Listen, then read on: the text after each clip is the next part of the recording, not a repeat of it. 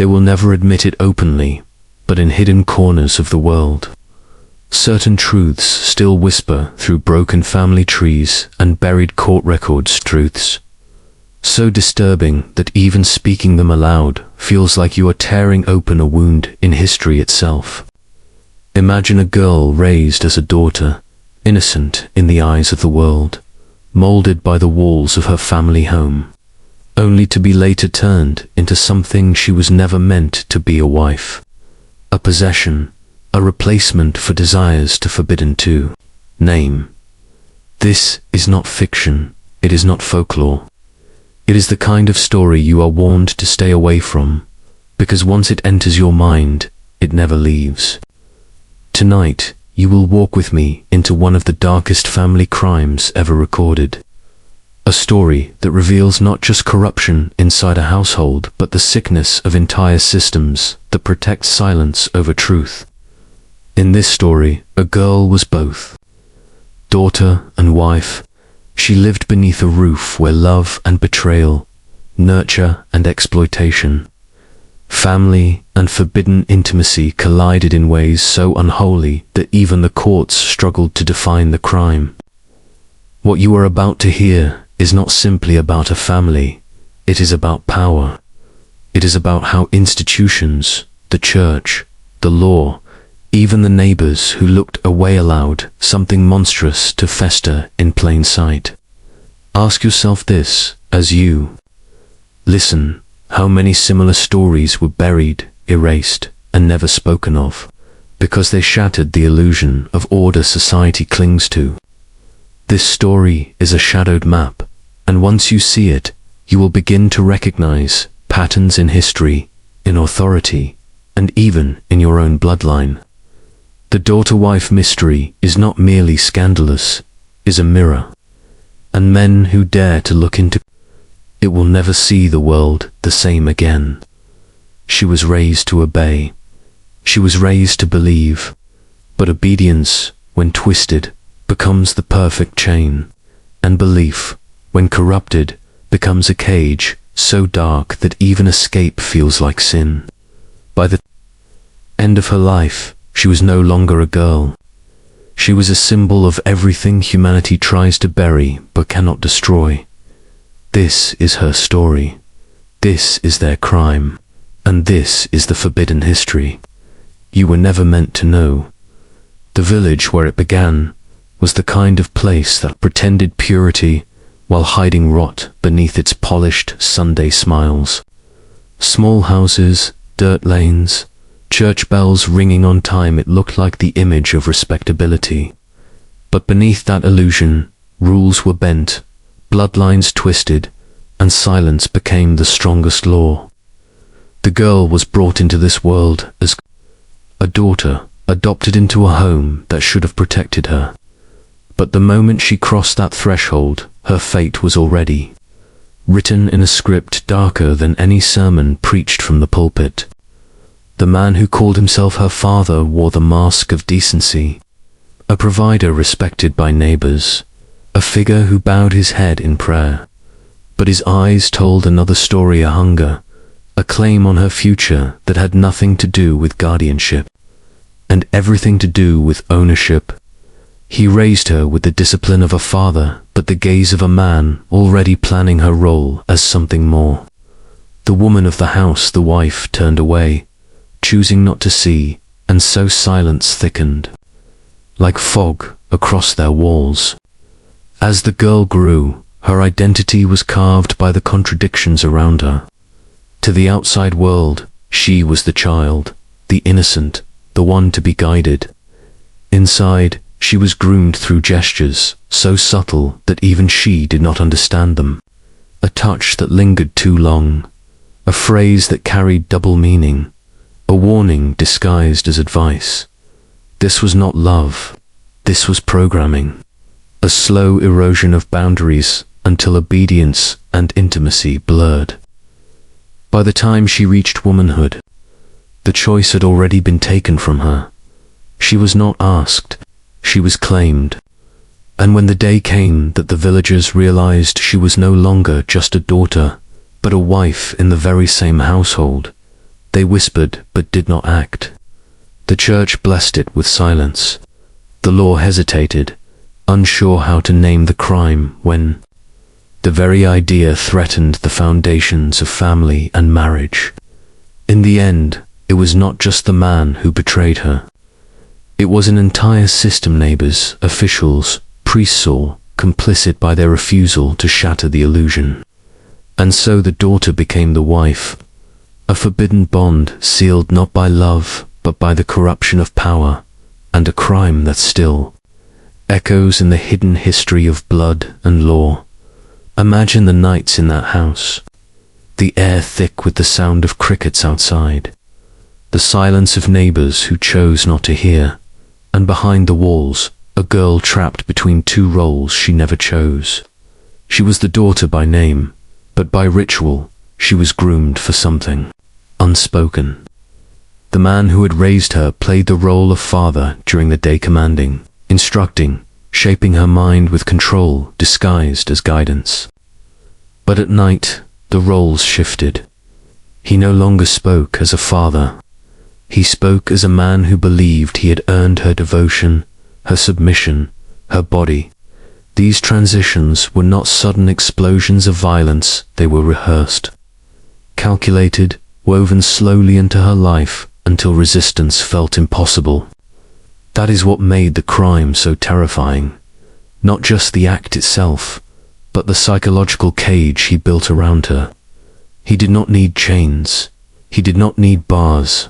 He had conditioned her to believe that she owed him, that her silence was loyalty, and that speaking out would be betrayal.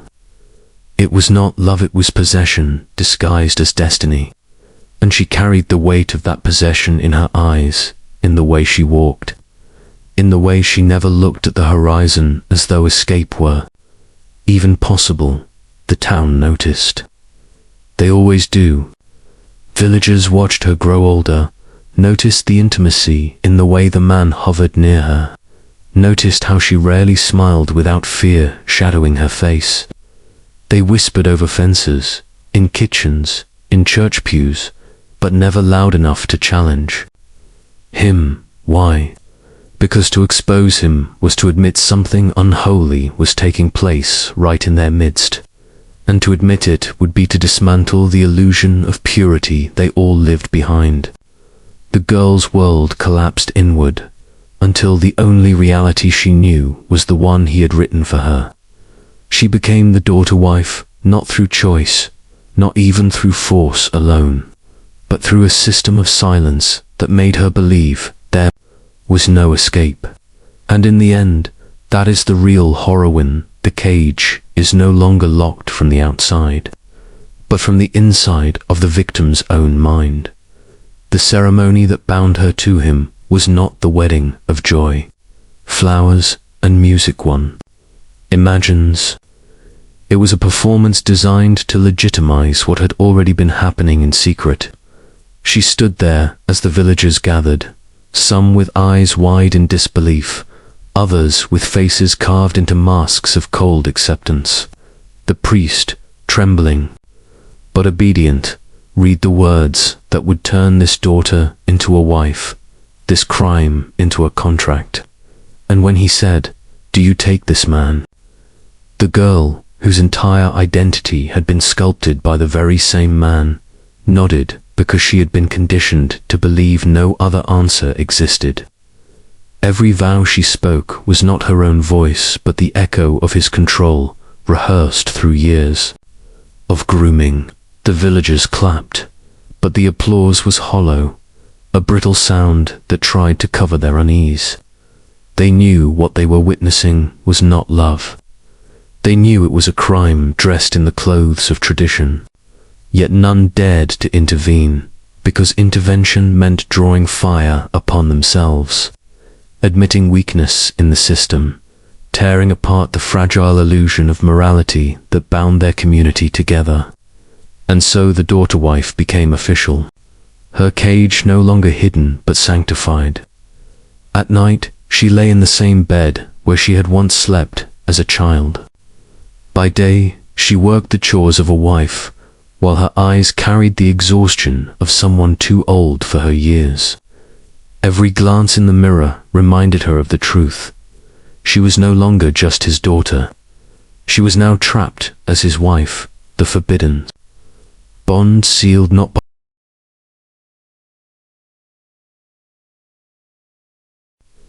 You must understand the true horror here was not only in the man's actions, but in the way the system itself bent to protect him. Marriage, in their world, was sacred. Once sanctified, it was untouchable, armored against question. The church would not challenge what it had blessed. The law was hesitant to call it crime because to name it so would be to expose a wound too deep to heal. And so the girl's suffering was written off as destiny. People called it unusual, whispered about it as scandal, but rarely dared use the words it deserved: violation, corruption, theft of innocence. For the man, it was triumph. He had transformed. A relationship that should have been built on guidance and safety into one of domination and possession. His daughter was now his wife, and society had stamped it legal. This is where we see the machinery of silence at its most terrifying, when the very institutions meant to protect become shields for the predator. The girl understood this, even if she could not name it. She knew there was no court to run to, no priest who would listen, no neighbor who would raise their voice louder than a whisper. She was trapped in a circle, and every path out led back into the same house, the same man, the same cage. And yet, deep inside, there remained a spark of resistance, a silent scream that refused to die. You can see it in the fragments of her story that survived in the way she would sometimes speak out, only to be silenced again, in the way she would stare at the horizon as if it called her. That spark is the reason we know her story today. Because if she had been entirely broken, entirely silenced, history would never have remembered her.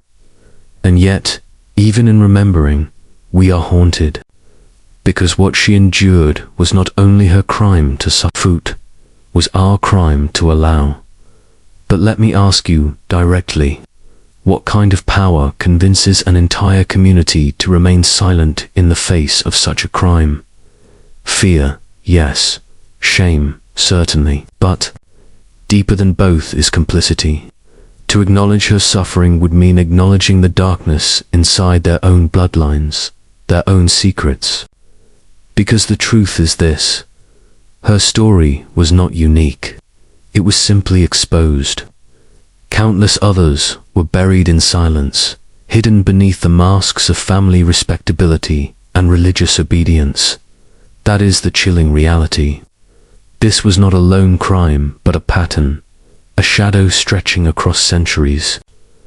The daughter-wife bond, as unthinkable as it is, has echoes in myth, in scripture, in ancient dynasties where kings took daughters as wives, where blood was kept pure through bonds forbidden by morality but justified by power. History repeats itself not because we forget, but because we bury. And every time we bury it, the shadow grows stronger. Her village was just one stage. Her life, just one script in a play that has been performed again and again under different names, different laws, different excuses. What makes her story unbearable is not just what happened to hurt, is the recognition that it could happen anywhere, in any era, as long as silence protects the predator. So I ask you now, as you listen, how much silence exists in your own world? How many unspoken truths lie buried in your own family, your own history? That is the descent we are entering together. This is not just her story, it is a mirror. Look into it, and you will not see her face alone. You will see the darkness that society has chosen, again and again, to ignore. And in that reflection, you will recognize the cost of silence. The girl's silence was not absolute. From time to time, she would let fragments of her pain escape in subtle gestures, almost invisible to those who didn't know how to look. A downcast stare at the mention of her marriage, a tremor in her voice when she addressed him, a slight recoil when his hand lingered too long in public. These were not accidents. They were the body's rebellion against the mind's imprisonment. But the tragedy was this: every signal she sent was swallowed by the machinery of denial. The neighbors whispered, but did nothing. The priest knew, but chose scripture over justice. Even the law, when it briefly stirred, found itself tangled in technicalities that favored the man. He called her his wife, and so the law shielded him. He called her his family, and so the community excused him. It was a perfect crime, because it was not hidden, it was displayed, normalized, transformed into something unassailable by the rituals of tradition. That is what makes it so unbearable. The truth was never invisible. It was always there. Everyone chose to look away. And in that decision, her suffering became their collective act of silence. She lived inside this paradox, where she was both seen and unseen, both acknowledged and erased. And in her silence, she carried the weight of generations before her, who had been silenced in the same way. This was not just her story. It was the story of every daughter turned into something she was never meant to be, every crime rewritten as tradition, every victim erased beneath the mask of obedience. Her silence was not weakness, it was survival. But survival came at the cost of her voice, her identity, her very sense of self. She had been rewritten by someone else's hand, and the ink was permanent. But even cages built from silence eventually crack. And cracks appeared in this one too. The villagers could no longer ignore what was happening when whispers began to spread beyond their borders. When outsiders heard rumors of the daughter who had become a wife, these rumors carried a stench of scandal that could not be contained. Suddenly, the community that had chosen silence was faced with exposure, and exposure meant shame. That was their greatest fear, not the suffering of the girl, not the crime of the man, but the collapse of their image in the eyes of the world. And so the community turned inward, desperate to protect itself. They tightened their silence. They pressured her to remain quiet. They whispered to her that she would destroy everything if she spoke, that her voice would be the ruin of them all. This is the cruelest weapon society wields against victims, the threat of guilt. They made her believe she carried responsibility, not only for her own suffering, but for the survival of the entire community. If she broke the silence, they told her, she would be the betrayer, not him. Imagine the weight of that lie pressing down on a girl who had been raised to obey, to serve, to protect the family name above her own life. She carried their shame as though it were her sin. And so she remained silent, trapped not only by the man's control, but by the community's manipulation. That silence, however, was no longer pure. The cracks had formed, and once a crack appears, the structure will eventually collapse. The only question was when and how violently, and then came the breaking point. A scandal erupted, one too large to bury. Someone, perhaps a neighbor whose conscience could no longer carry the weight, perhaps an outsider unwilling to remain silent, spoke out. The story reached the ears of those beyond the village walls. Suddenly, the whispers became accusations. The church was questioned. The law was forced to stir. And the man, who had so confidently paraded his possession of her as legitimacy, now found himself exposed to a scrutiny he had never prepared for. The daughter-wife became not just a figure of silence, but a figure of shame for the community itself. And in their panic, they turned on her. They accused her of seduction, of complicity, of being the cause of their disgrace. This is the oldest trick in the book. When a crime is revealed, blame the victim. They called her unnatural. They said she had tempted him. They spread rumors to poison her name so that their own silence could be excused. And so the girl who had already lost her childhood, her freedom, her voice, was now losing her reputation. 2. She was no longer seen as a victim, but as a curse. This was the true cruelty. Not just that her innocence had been stolen, but that her very identity was rewritten, as if she were the guilty one. The man, of course, denied. He wrapped himself in scripture, in law, in the sanctity of marriage, and institutions, still reluctant to name the crime, faltered once again. The case became a battlefield between truth and illusion, justice and denial, survival and destruction. And in the middle of it all was Hertha, daughter-wife, trapped in a...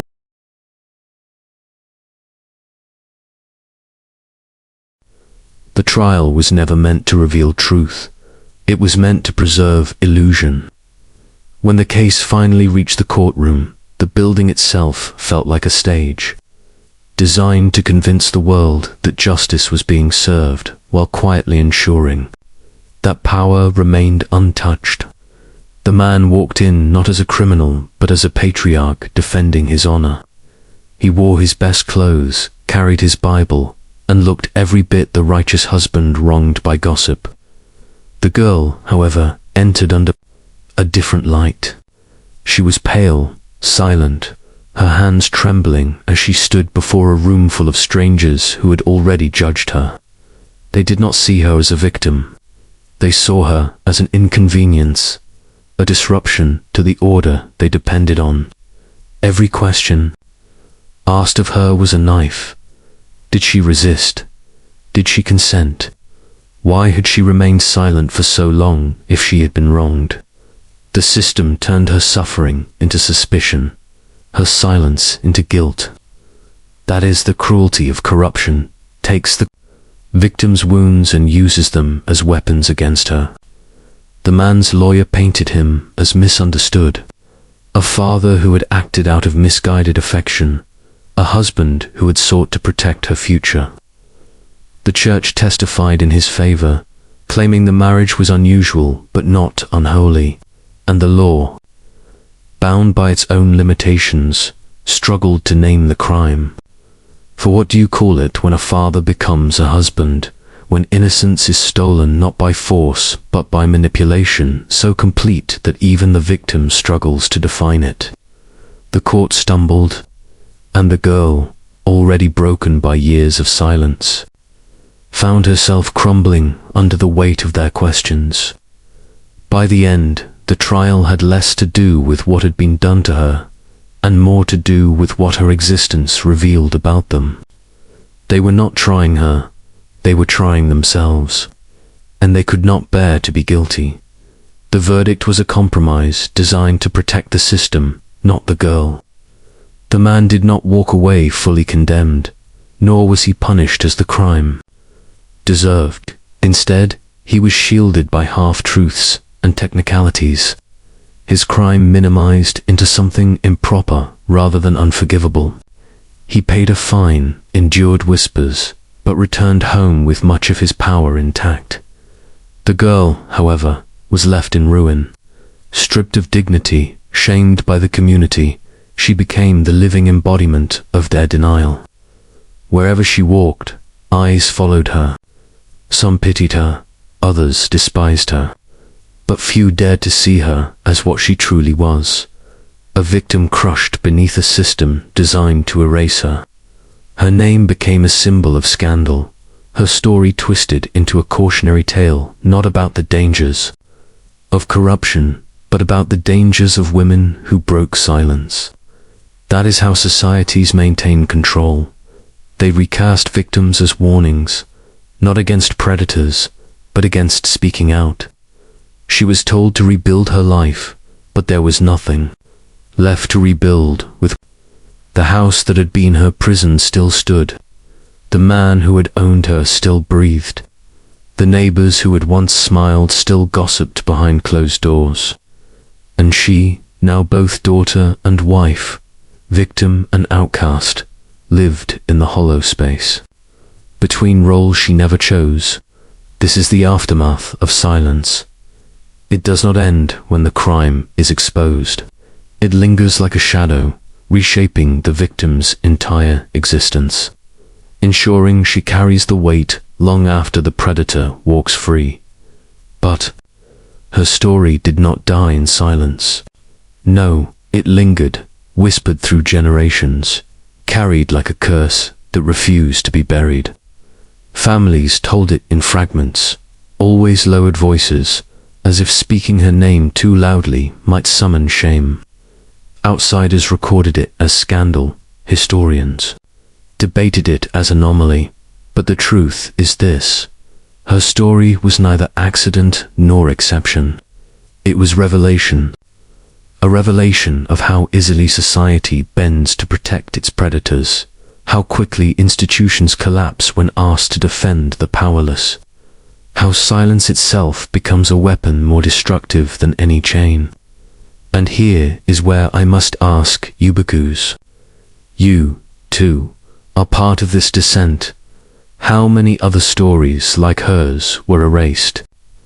How many daughter wives, sister brides, child mothers were absorbed into silence, their voices stripped, their names forgotten? This is not about one girl. This is about a system of control that spans centuries, a system that feeds on obedience, thrives on silence, and ensures that victims remain invisible while predators are rebranded as protectors. Her story survived not because the world wanted it to, but because fragments refused to die. Letters hidden away, testimonies whispered, records that slipped through the cracks of time. She was erased, but never entirely. And now, in hearing this, you carry her shadow with you. That is dangerous knowledge, because once you know it, you begin to see the patterns everywhere in history, in law, even in your own bloodlines. This is the descent we continue together, and it only grows darker from here after the verdict. The man carried on with a strange arrogance, as though the trial had absolved him rather than exposed him. He walked through the village with his head high, clutching his Bible as if it were proof of his righteousness, daring anyone to confront him. And though whispers never ceased, they never rose to action.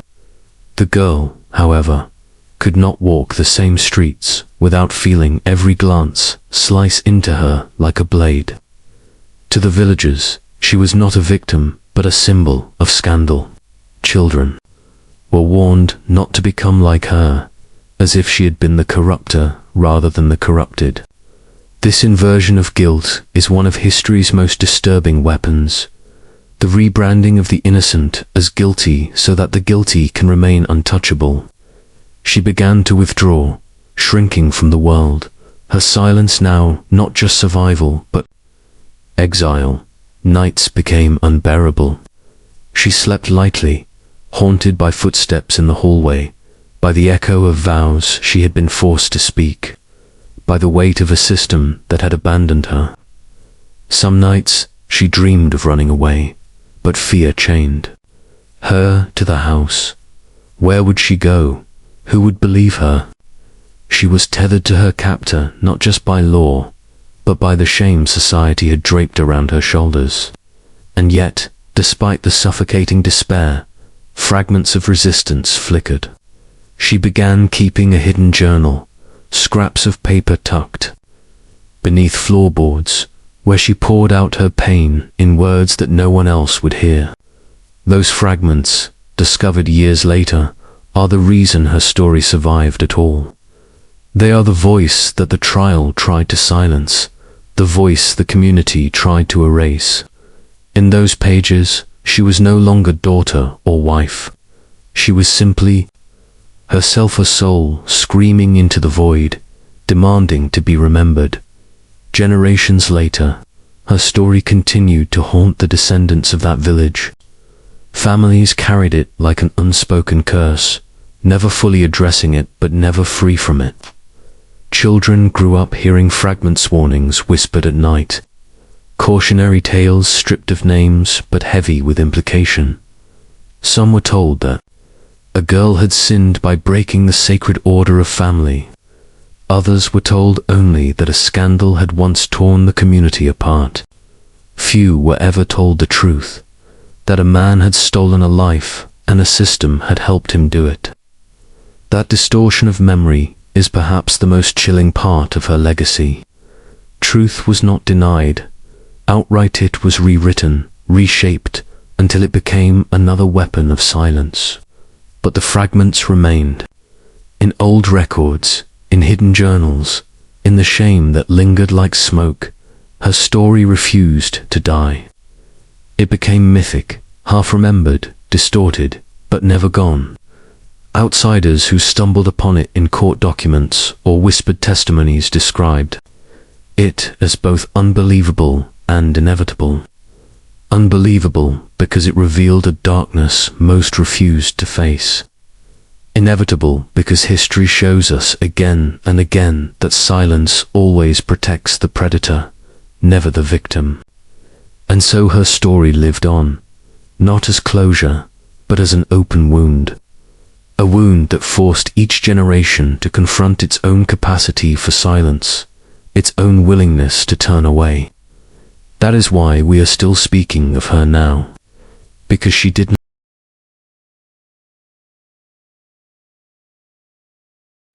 The deeper you dig into her case, the more you realize it was never just about one man or one family. It was about the entire machinery of control that wrapped itself around her life.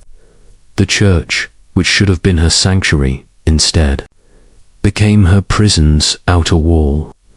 By sanctifying the marriage, they turned a crime into a covenant. They blessed her suffering with ritual, sealing it in the name of faith.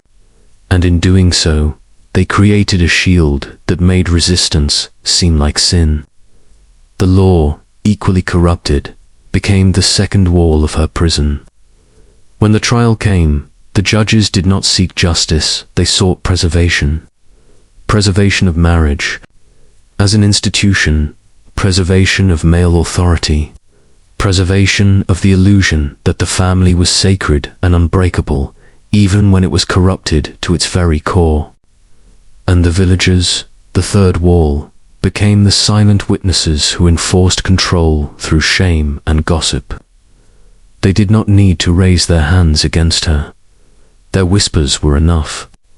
Together, church, law, and community built a cage that looked like tradition but functioned as tyranny. This is how power operates in the shadows. It does not always need brute force. It needs only obedience and silence. Once those are secured, the victim is trapped without ever realizing the bars are already locked. That is why her case is more than scandal, it is revelation. It reveals the blueprint of control, the method by which entire systems can consume a life and call it order. What makes her story even more disturbing is the way it mirrors older patterns in history. Ancient dynasties often cloaked incest and control under the guise of purity. Pharaohs married daughters to maintain divine bloodlines. Kings took young wards as brides to secure dynastic power. Even in sacred texts, lines blur between family and possession, as if history itself was warning us that the corruption of innocence has always been a tool of the powerful. Her story was not an accident. It was a modern echo of something as old as power itself. And yet, the villagers, the courts, the church, they all pretended it was an anomaly. That is the lie. The truth is that she was one visible crack in a system built on countless silenced lives. Think about it. How many other daughter wives existed whose names were buried, whose voices were erased, whose stories never reached paper? She was not alone. She was simply one of the unlucky ones whose suffering leaked into history. That is why her case feels mythic, almost archetypal, because it connects to something older, something buried deep in our collective memory. And once you see that, the illusion of rarity collapses. Her story was not rare. It was simply revealed. And this brings us to the most dangerous revelation of all. The crime did not end with her. It lived on, not just in whispers, not just in myths, but in the psychological scars passed down through generations. Trauma, once inflicted, does not vanish. It embeds itself into bloodlines. Her children, if she had them, would carry the weight of her silence, the twisted origins of their existence. Even if they never spoke of it, the shadow would cling to them, shaping how they trusted, how they loved, how they saw themselves. The community, too, carried the curse. Their refusal to act, their complicity, left a stain that never washed away. Families grew with the knowledge that their ancestors had witnessed a crime and done nothing, and so silence itself became inheritance. This is why her story is not just history, is prophecy. Because wherever silence is chosen over truth, the cycle repeats. Perhaps not in the same form, perhaps not as visible, but always present. It lives in the girl shamed for speaking against her abuser. It lives in the boy told to stay silent about what he saw. It lives in every institution that covers scandal to preserve its image. Her story is a mirror, but also a warning. If you think it cannot happen again, you are already blind. If you think your own world is free of it, you are already deceived. And that is why you are still here, listening, because some part of you knows the shadow has never left. The cover-up was not clumsy, it was deliberate, precise, and calculated. The moment her story began to stir whispers beyond the village, papers were seized, testimonies were silenced, and records vanished. Even in the age of growing print, where scandals sold ink, her case was starved of attention. Why? Because it threatened to expose more than a family scandal. It threatened to unravel the image of purity that institutions had carefully crafted for centuries. If one girl's truth could dismantle the sanctity of marriage, if her suffering could reveal the cracks in church and law, then countless other silenced cases might follow. The powerful understood this, and so they buried her. Reporters who attempted to write were threatened. One clerk who refused to alter court records lost his position overnight. A priest who questioned the union was reassigned to a parish miles away, effectively exiled. This is how history is rewritten, not by erasing the event itself, but by smothering its reach. Her life was deemed unworthy of record, not because it was unimportant, but because it was too dangerous. And this is the ultimate irony. Her silence was not her own. It was stolen. It was engineered. She was not just a victim of her stepfather's crime. She was a victim of the system's willful amnesia. Think carefully about what this means. If one girl's story could be buried so effectively, how many others never reached us at all? History is not a record of truth. It is a curated script, shaped to protect the image of the powerful. What we are taught in schools, what we see in archives, is only a fraction of what truly happened. And that fraction has been edited. Her story is proof. It forces us to see that behind every missing record, every destroyed diary, every unexplained silence, there may be another unspeakable truth. And once you see that, you cannot return to blind faith in the official version. You begin to ask, what else was erased? What other crimes were baptized into purity and sealed with ritual? What secrets still lie hidden, protected by walls of obedience silence, and shame. The danger of her case is not only in what happened to her, but in what it reveals about us. We have accepted curated truth as absolute. We have swallowed narratives fed to us by the very hands that wrote them. But the moment you taste the forbidden truth, you can never unsee the machinery behind it. That is why you are here. That is why you cannot look away. There is another dimension to her tragedy, one that haunts like a phantom, the psychological experiment hidden within it. Whether by design or accident, her case demonstrated exactly how far a community can be pushed into silence. The church blessed the crime. The courts legitimized it. The villagers accepted it. And the result? A society where the unnatural became natural, where the unthinkable became law, where resistance itself was demonized. This was more than a marriage, it was conditioning. It was proof that institutions could bend reality itself. If you can make a daughter into a wife, if you can call a crime a covenant, then there is no boundary you cannot erase.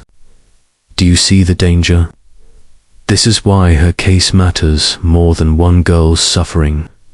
It is evidence of psychological control on a mass scale. It shows us that the human mind can be trained to obey even the most grotesque commands, as long as those commands are wrapped in ritual, law, and fear. And here is the part that should terrify you. Nothing has changed. The methods are the same. The rituals are different. The words have evolved. But the mechanism is identical. You are living inside the same system, just cloaked in modern clothes. Do you know what they fear most? Not exposure. Exposure alone can be dismissed, mocked, or buried again. What they fear is recognition the moment when a man looks at a story like hers and realizes he is staring at a blueprint for the very system enslaving him today. That moment cannot be reversed. It is what they tried to prevent by silencing her, by folding her tragedy into whispers, by allowing time to erode the details until only shadows remained. But shadows themselves hold power, because they force us to imagine what was deliberately erased. Imagine the girl at the dinner table, sitting across from her stepfather, not as a child, but as his wife. Imagine the silence in the room. Imagine the neighbors looking away, their forks pausing in mid-air but never daring to speak. That silence is still alive in the world around you. It's the silence that lets corruption thrive. It's the silence that lets systems train you to accept lies. And here's the dangerous truth. They count on your silence. They count on your fatigue, your distractions, your doubts. But by listening now, by holding her story in your mind, you have already broken their expectation. You are no longer silent. You are.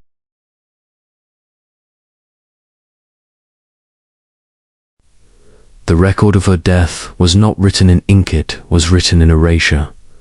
Official papers claimed little. A sudden illness, a quiet burial, nothing more, but the whispers told another story. Some said she died in childbirth, the child itself, hidden away, perhaps buried with her, perhaps taken by someone else who profited from silence. Others claimed her end came by his hand, not in rage, but in calculation, because the bond they had built, this unspeakable ritual, could not last forever. She was getting older, and her eyes had begun to carry the weight of suspicion. To silence her was to protect him. To remove her was to preserve the system that shielded him. And so the daughter who became wife vanished from the world almost as quietly as she had entered it, buried beneath layers of respectability, beneath false words spoken at a graveside, beneath neighbors who looked away once more. But the truth leaves scars, and those scars remain in fragments, in letters never mailed. in church records with smudged names, in the sudden appearance of children with no father listed. These fragments whisper the reality her death was not a natural conclusion. It was a silencing. And if you listen carefully, if you read between the lines of every vanished document, you will feel the weight of a cover-up so deliberate it almost becomes louder than the crime itself. She was not just erased, she was deleted to protect the very system that had consumed her life. When she disappeared, there should have been an outcry. There should have been suspicion, questions, justice, but none of it came. Instead, the town folded itself around the man like a cloak, shielding him from consequence. Neighbors muttered quietly, but turned their heads. The church, that sacred institution of supposed morality, offered him sanctuary rather than scrutiny. Even the local authorities, men sworn to uphold law and truth, treated her absence as a closed matter before it was ever truly opened. Why? Because exposing him would mean exposing themselves. Every handshake, every Sunday sermon, every quiet dinner had tied them to him. To admit his crime was to admit their silence, their weakness, their willingness to ignore the screams beneath the roof of his home. And so they protected him. They buried her story alongside her body, and in doing so, they allowed the crime to expand from one man's sin into a collective one. This is the truth of corruption. It doesn't begin at the top. It begins in small acts of looking away, in whispers swallowed by fear, in neighbors choosing safety over truth. By the time it reaches the level of institutions, it is already too late. The family's forbidden bond was not just his crime. It became the town's crime, the church's crime, the system's crime. And in this silence, we see the architecture of control. A society that pretends not to see is a society already enslaved. What happened within that home was not an isolated corruption, was a reflection of a pattern as old as civilization itself. The silencing of victims, the rewriting of truth, the transformation of a crime into an unspoken ritual. These are not accidents. They are part of a structure. History is littered with them, from ancient dynasties where daughters were taken by fathers to preserve bloodlines, to royal courts where marriages were staged not out of love but out of ownership. The same architecture of silence was used then. As it was in her case, deny, erase, conceal. Institutions protect the abuser, not because of individual loyalty, but because of systemic fear, fear that truth will unravel the illusion of order. Every archive that omits names, every gravestone that carries no marker, every diary burned before it could be read. These are fingerprints of the same pattern. What was done to her was not simply a family secret. It was a continuation of an ancient coda, forbidden bond turned weapon, used to reinforce power, to keep control. And the more you look, the more you see it. In lost parish records across Europe, in sealed files of orphanages, in the whispering corridors of monasteries, where daughters disappeared, but their fathers rose in rank. The crime was not only against her body, it was against memory itself. The world learned to forget her, because forgetting was the condition of order. But what happens when forgetting fails? What happens when men like you, watching this now, decide not to look away? That is when the pattern begins to crack. Now you feel it, don't you? That tightening in your chest, that unease in your gut. It is the cost of knowledge. Once you see the pattern, you cannot unsee it. You begin to recognize it everywhere in the stories your grandparents never finished telling, in the closed doors of old estates, in the faded photographs where one face is always missing. This is the weight of forbidden truth. It demands something from you. It strips away innocence. forces you to realize that history was never a clean ledger of facts, but a battlefield of concealment. The girl who became both daughter and wife was not just one victim. She was a symbol of every silenced voice, every erased story, every body lowered into the ground with no marker to warn the living. And the question is no longer about him, or the town, or even the church. The question now is about you. What will you do with this knowledge? Men before you have looked away, choosing the comfort of ignorance. But you are still here. You've listened this far. You've felt the descent. You've carried her shadow with you into the silence of your own mind. This is where the story turns, because this is no longer just about her. This is about whether you will remain asleep, or whether you will take this darkness and let it sharpen you. That is the choice every man faces when truth reaches into his bones. And tonight it has reached into yours. The story ends where it began, in silence. Her voice stolen, her body claimed, her memory nearly erased. And yet, across time, across centuries of suppression, the truth has clawed its way back to the surface.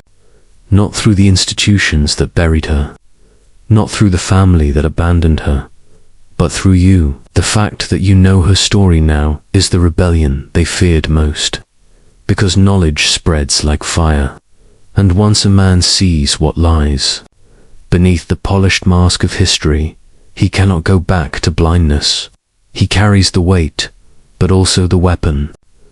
You see now how families can become prisons, how love can be twisted into chains, how silence becomes the strongest accomplice of crime. You see how institutions protect predators, how entire towns conspire through their refusal to speak.